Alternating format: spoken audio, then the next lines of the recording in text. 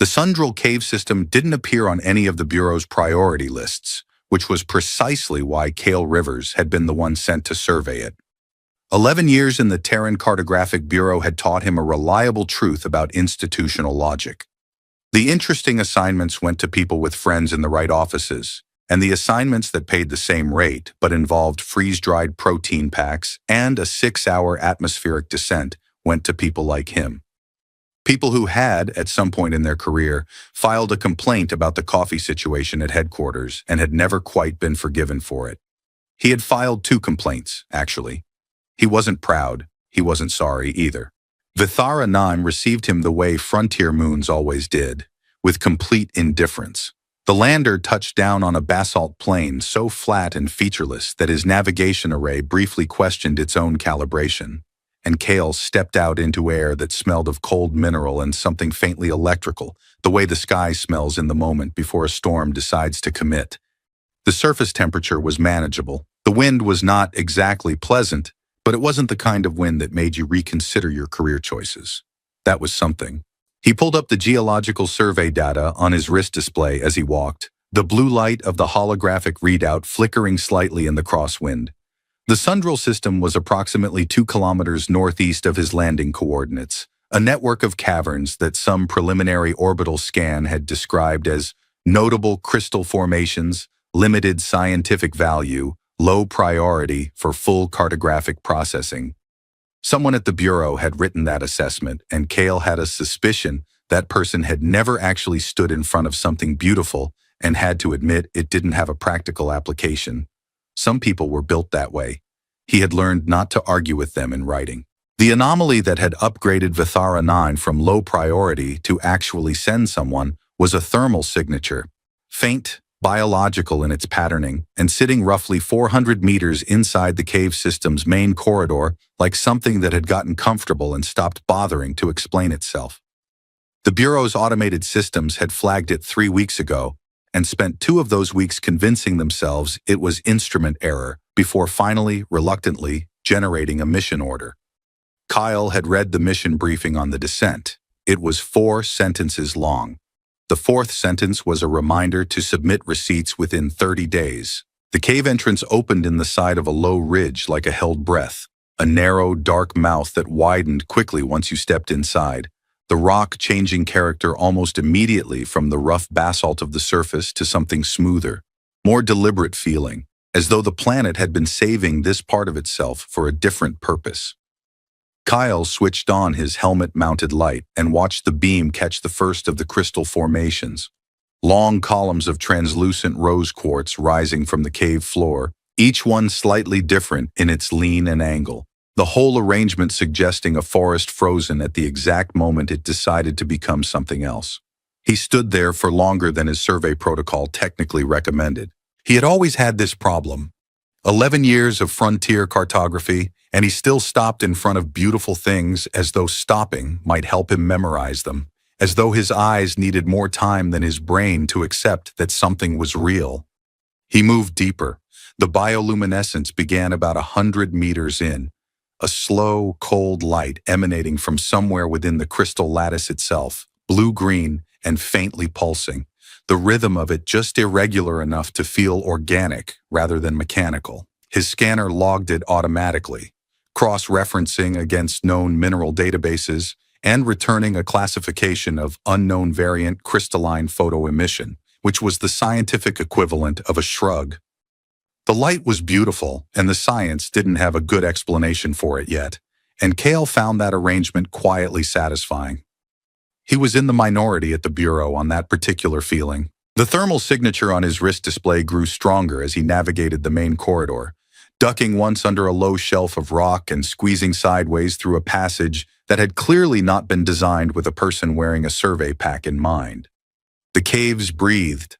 That was the only word for it, a slow movement of air through the deeper passages that produced a sound just at the edge of hearing, something between a note and the memory of one. He kept his pace steady. The scanner kept updating. The heat source was close now, 200 meters, 150, the reading biological and consistent and absolutely without any geological explanation on a moon that the Bureau's own records classified as uninhabited. Cale had spent 11 years finding things that weren't supposed to be there. A person learned eventually to let the strangeness arrive at its own pace rather than running toward it or away from it. He rounded a narrow bend in the corridor where rose quartz formations pressed close on both sides like an honor guard made of light, and the passage opened suddenly into a chamber large enough that his helmet beam lost itself in the upper dark before finding the ceiling. He saw the fire first. Small, carefully built, contained within a ring of stones arranged with a tidiness that spoke of long habit rather than recent improvisation. Then the light from the fire found what the bioluminescence had already been quietly illuminating from below, and Cale stopped walking. She was seated on a low, natural shelf of rock, her posture unhurried, her attention directed downward at the open book in her hands, with the focused ease of someone who had been reading in this specific spot long enough that the rock had ceased to feel like rock and had become simply where she sat. Her skin was pale, not unhealthily so, but the particular white of something that had its own light source somewhere beneath the surface, the way the crystals did. Her hair was black and straight and fell past her shoulders, and she wore layered robes of deep indigo and silver that had no equivalent in anything Cale had cataloged in 11 years of encountering frontier settlements, outpost communities, or the Bureau's frankly depressing catalog of standardized field uniforms. She turned a page. He noticed her ears last, or perhaps his mind simply needed a moment to finish loading the full image before it could process the detail. Long, elegantly tapered, curving upward through her dark hair in smooth arcs that ended in fine points, the whole shape of them so precisely proportioned that they seemed less like a departure from human anatomy than a refinement of it, as though someone had looked at the standard model and decided it hadn't quite finished its thought. She looked up. Dark eyes, patient and steady, found his helmet light without flinching. She regarded him the way you regard something you have been expecting for long enough that the expectation itself has become a kind of companion. Not with surprise, not with alarm, but with the particular expression of someone whose wait has just quietly concluded. She did not speak.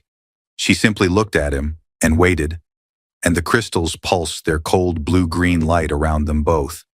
And somewhere beneath the rock, the underground water moved in its old, indifferent course. And Cale Rivers, 11 years a finder of forgotten things, stood at the edge of the firelight and understood with sudden and complete certainty that he was not the one who had done the finding here. The professional thing to do, Cale had always believed, was to lead with your credentials. Name, bureau affiliation, mission classification, standard non-hostility declaration. It was a protocol he had executed smoothly dozens of times in 11 years, in situations ranging from mildly awkward to genuinely dangerous. And he was quietly confident in his ability to deliver it with the kind of calm authority that suggested he had absolutely not just been startled by a woman reading a book in a cave. He opened his mouth. His boot found the stalagmite. It was a small one, barely ankle height. The kind of formation that existed purely to humble people who were trying to make good first impressions. And it caught the toe of his survey boot with a precision that suggested either very bad luck or a universe with a specific editorial agenda. He lurched forward, grabbed the strap of his scanner pack with one hand and the nearest crystal formation with the other, which lit up briefly under his grip in a pulse of startled blue-green, as though the cave itself was registering its objection, and managed to avoid falling completely at the cost of his scanner, which escaped his grip and clattered across the cave floor with the particular enthusiasm of expensive equipment, determined to demonstrate its fragility at the worst possible moment.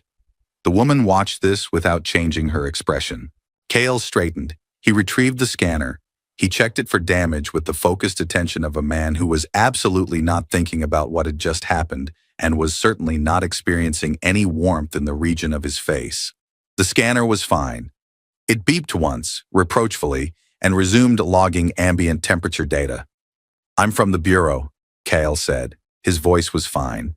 It was completely normal. The fact that it had emerged at a register slightly above his usual speaking pitch was simply a function of the cave's acoustics, and anyone who suggested otherwise was invited to navigate a dark crystal corridor with 40 pounds of survey equipment and see how they managed.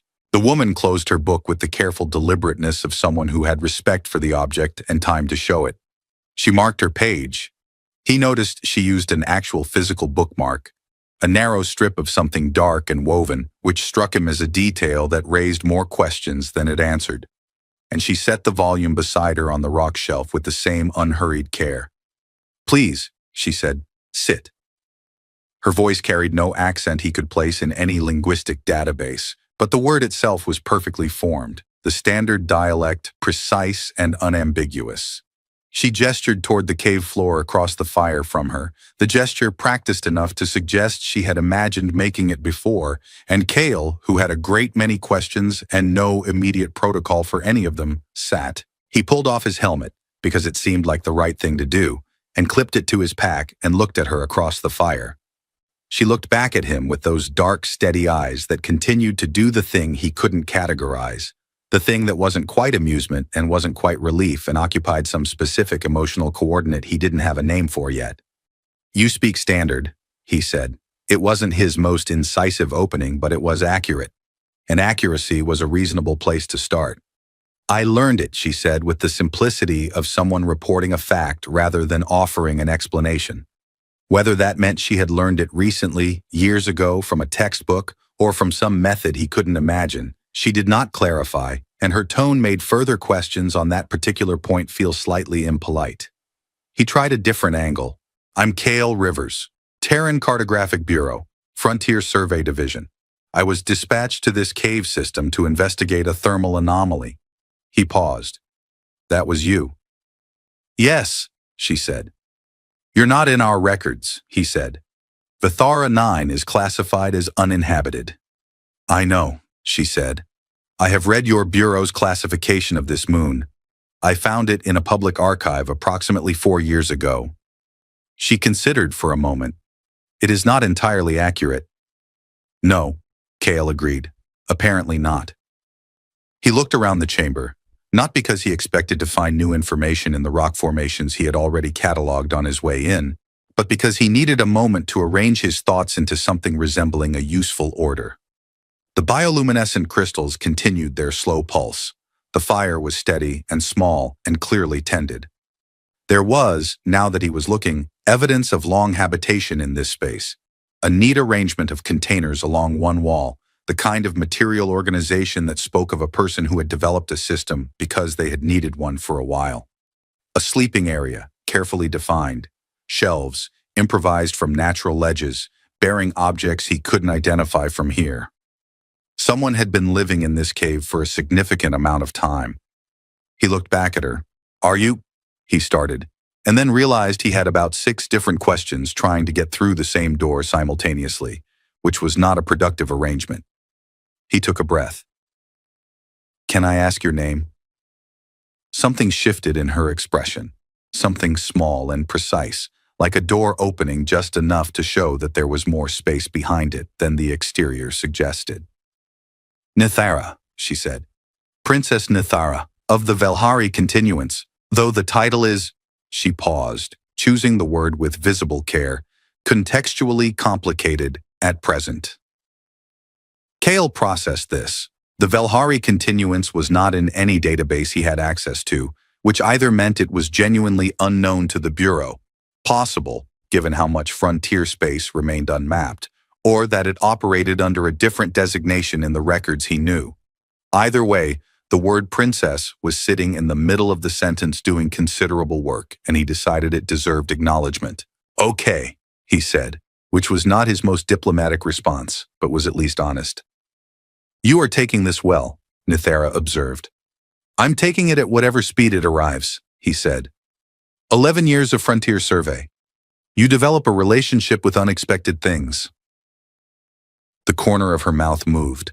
It was a small movement, contained, but it was there. He pressed on. "Can I ask what you're doing here, in the cave?" He paused. "Specifically." "Waiting," she said. He waited for her to continue. She did not continue.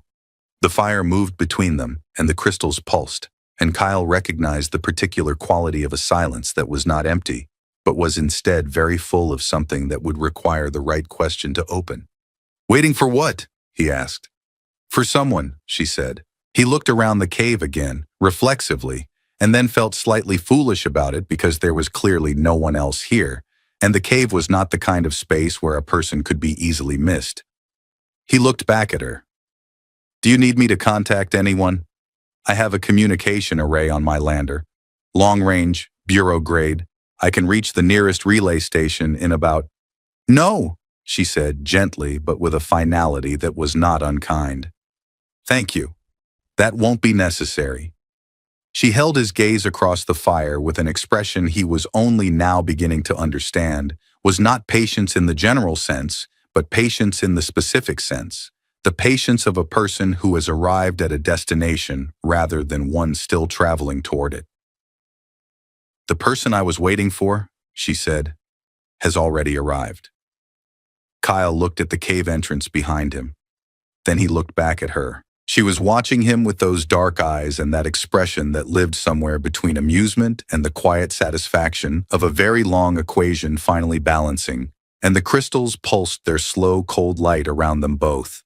And Cale Rivers sat with the specific and growing suspicion that the thermal anomaly he had been sent to investigate had just looked directly at him and told him, with complete and unhurried certainty, that he was it. Cale was a methodical person by training and a careful person by nature, and he had learned over 11 years of frontier work that when a situation exceeded the boundaries of your existing framework, the most useful thing you could do was slow down and ask simple questions in a simple order. Don't reach for the complicated explanation first. Start with the facts that were already in the room and work outward from there. The fact that was already in the room was that a woman, a princess, his brain reminded him, with the particular insistence of a detail that felt it was not receiving adequate attention, had just told him, across a small fire in a cave on an uninhabited frontier moon, that she had been waiting for someone, and that the someone had arrived, and that she was looking directly at him while she said it. He started with the simplest question he could construct. Me, he said. It wasn't technically a question. It communicated the essential thing. You, Nethera confirmed, with the calm of someone who has rehearsed a conversation so many times in their mind that the actual version of it, however it arrived, feels like familiar ground. Cale looked down at his scanner. The scanner was logging ambient temperature and crystal photoemission data and was having, by all appearances, a perfectly normal day. He envied it briefly and then set it aside. I should tell you, he said, choosing his words with the care of a man crossing a surface he wasn't sure about, that I don't have any record of visiting this moon before. This is my first bureau assignment to Vithara 9, so if you're waiting for someone who made arrangements to meet you here, there may be some, he searched for the diplomatic word, confusion about identity. Nethera tilted her head, very slightly. You have visited this cave system before, she said, not under bureau assignment. A preliminary mapping run, approximately 7 years ago. Short duration. The visit was not formally logged. Something moved in Cale's memory, distant and imprecise. The way very old survey runs tended to live in his recollection. More impression than detail. A texture of light and rock rather than a sequence of events. Vithara 9. He had passed through this sector 7 years ago on a long transit between assignments, had detoured briefly to collect some preliminary data on a system that was on the Bureau's future consideration list, had spent a few hours maybe, he couldn't have said exactly, inside a cave network that had stopped him the way beautiful things always stopped him. He remembered the crystals. He remembered the light. I may have been here, he said slowly. Years ago, briefly. 7 years ago, Nethera said. In the early part of the season, your calendar marks as autumn. The precision of it landed on him strangely. The way a very specific detail in an otherwise hazy memory will sometimes make the whole thing suddenly present and sharp. He had been between assignments. He had been flying solo, which he often preferred. He had come down into a cave that did something to the light that he hadn't had words for and had stood in a large central chamber for longer than he could justify on any survey form. I remember the cave, he said. I don't remember. He stopped.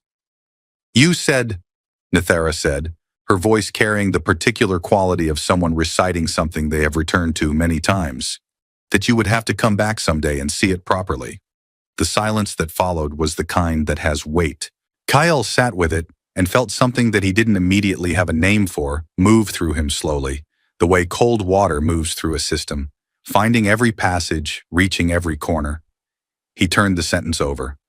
He heard himself saying it, not as a specific memory, but as a pattern, because he said variations of that sentence constantly, in the same unthinking way that people said any of the dozens of commitments that language offered as social lubricant, and no one, in his experience, had ever actually treated as binding. "You were in the cave," he said. "When I said that." "I was in the passage to the east of the central chamber," she said. "You did not see me. I saw you. And you—" He stopped again, started again. "You waited 7 years, because I said I'd come back someday." "Yes," she said.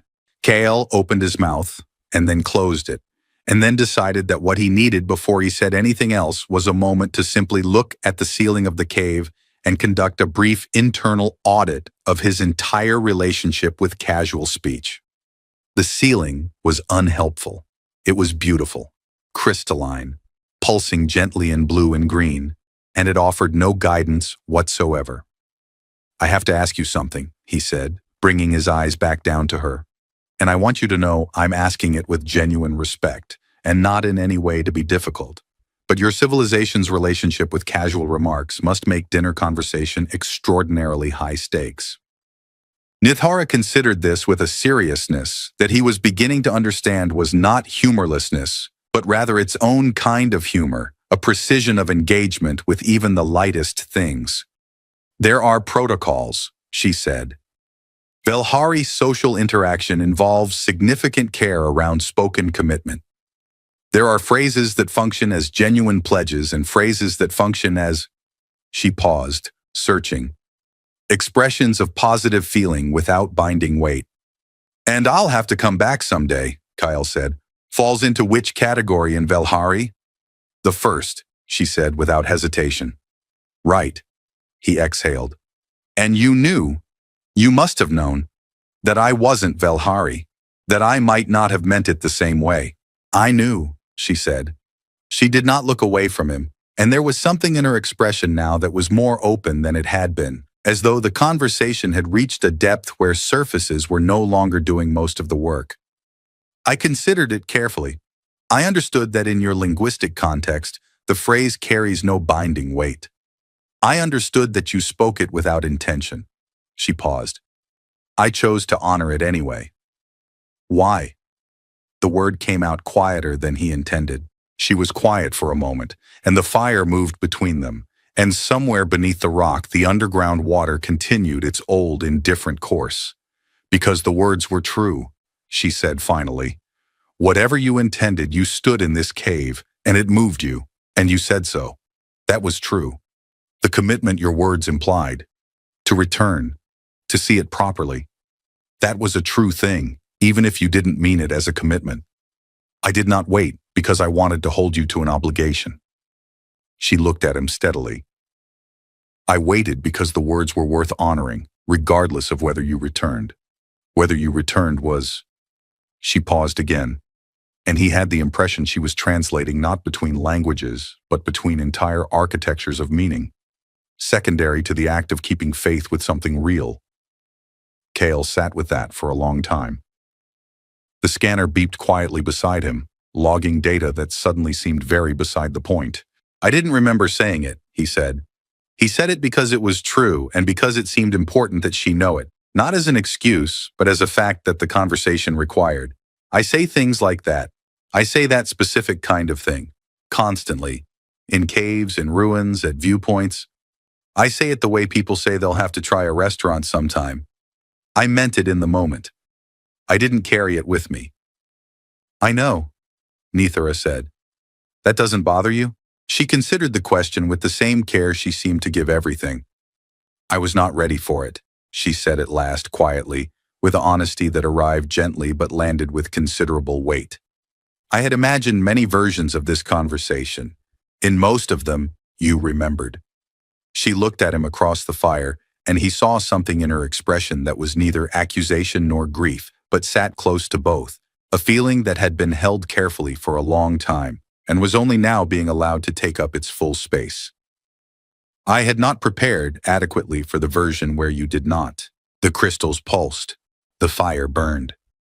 Kyle Rivers looked at the woman who had waited 7 years for a sentence he didn't remember speaking, and felt the particular and unfamiliar sensation of understanding, for the first time with his whole chest rather than just his mind, that words could leave you completely and still be carrying someone else's entire weight, traveling forward through years you knew nothing about, arriving at places you had never imagined them going.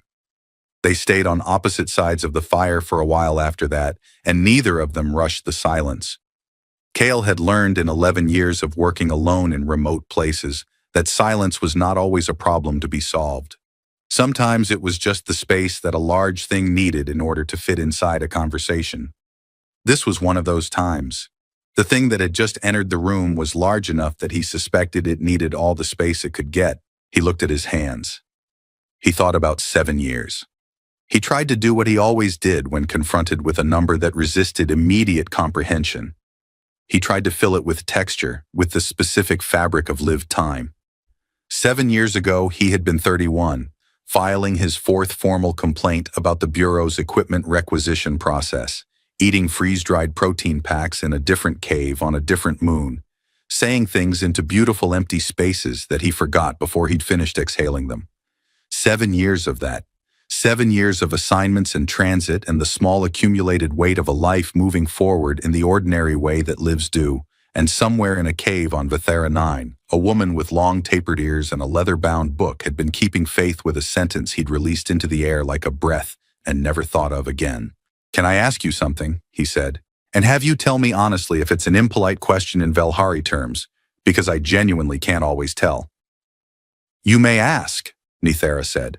There was something slightly warmer in her voice now, something that had not been there in the first hour, a quality of ease, as though the conversation, having reached its most difficult point, had given everything after it a little more room to breathe.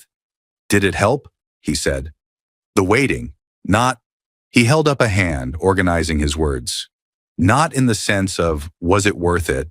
I'm not asking you to perform a verdict on 7 years of your life for my benefit. I mean, did the act of it, the keeping of the faith, the honoring of the words, did that do what you needed it to do? For you, separately from whether I showed up." Nithara was quiet for long enough that he knew she was giving the question the full weight it deserved rather than reaching for the nearest available answer. Outside, past the cave entrance and the basalt plain and the atmosphere of Vithara 9, the frontier moon continued its slow orbit in complete indifference to the conversation happening inside its rock, which Cale found faintly comforting. The universe was very large and mostly unbothered. There was something stabilizing about that. "Yes," she said at last, "and also no," which I did not expect. She looked into the fire rather than at him, and he had the sense of watching someone navigate territory they were mapping in real time rather than from memory. "I expected that keeping faith with something would feel complete, whole. In Velhari understanding, honoring a commitment has a quality of resolution to it, regardless of outcome. You do the true thing, and the true thing closes." She paused. "What I found, over years, was that it did not close. It remained open. I would honor the words each day by remaining, and each day the remaining asked me a new question I had not anticipated." "What kind of question?" Kyle asked. "Why I had chosen this," she said simply. "Not in doubt, not as crisis, but as genuine inquiry. Each year the cave asked me, in whatever way caves ask things, whether I was here for the words or for something else. Whether I had chosen to wait because of what your sentence meant or because of what waiting itself meant to me. Whether I was keeping faith with you or with some idea of myself as a person capable of that kind of faithfulness." She looked up from the fire. "I did not always know the answer." Cale thought about that. "And now," he said, "sitting here with the person who didn't remember. What's the answer now?" "Both," she said. "It was always both, which is not a contradiction." She held his gaze steadily. I am Velhari. We do not separate the act from the actor as cleanly as your people tend to. I honored your words, and I also learned something about my own capacity for commitment that I could not have learned any other way. The cave was the condition. You were the occasion. A pause. And then precisely, I do not mean that diminishingly. I didn't take it that way, he said, and meant it. He reached over and picked up his scanner, not to read it, but to have something in his hands, the way people sometimes need a physical object when a conversation is asking more of them than their hands know what to do with. He turned it over once and set it back down. I need to tell you something, he said, and I want to be clear that I'm not saying it to make myself feel better about the fact that I forgot, because I don't think I get to feel better about that on any particular schedule. I think that's just something I carry now. Nythera waited. I meant it, he said. When I said it, I stood in that chamber and the light was doing something I didn't have words for, and when I said I'd have to come back and see it properly, I meant it the way you can mean something completely in one moment and then let the moment go because you don't know how to carry it forward. I'm not good at carrying things forward. He paused. I'm good at finding things and logging them and moving to the next coordinates. I've been doing it for 11 years and I've gotten very efficient at it, and I think somewhere in getting efficient I stopped knowing how to stay anywhere long enough for it to mean something past the moment of finding. The fire between them had burned lower. Neither of them moved to add to it. Your grandmother, he said after a moment, because the silence needed something and he had been thinking about it since Chapter 2 had lodged it in his mind. The trade negotiation? The 17-course banquet? Nythera's expression shifted, and he saw it. Genuine, unguarded, the first smile that had reached its full size since he'd arrived. It transformed her face the way a frequency change transforms a signal, suddenly everything transmitting on a different register. The human delegate, she said, had also said, at the conclusion of the first day, that the negotiations were going so well they could do this all week. Kale closed his eyes briefly. And your grandmother prepared accommodations for 7 days and an agenda of cultural exchange programming that has since become something of a cautionary tale in Velhari diplomatic training. The smile remained. The human delegation was, by all accounts, extremely uncomfortable and also extremely well-fed. I bet, Kale said. He was smiling too, and the smiling felt right rather than inappropriate, because this was what the story actually was. Not only the weight of it, but also the particular absurdity of two civilizations finding the places where their most basic assumptions about language simply did not map onto each other, and the human cost and comedy of that gap. I'm going to have to file a report, he said, with the Bureau, about this moon, about, he gestured between them, at the cave, at the fire, at the whole improbable situation, about what I found here. I know, Nythera said. They're going to ask me to classify the nature of the contact. There's a form. There are 17 fields. He paused. I have no idea what I'm going to put in Field 9, which asks me to describe the purpose of the non-Bureau presence at the survey site.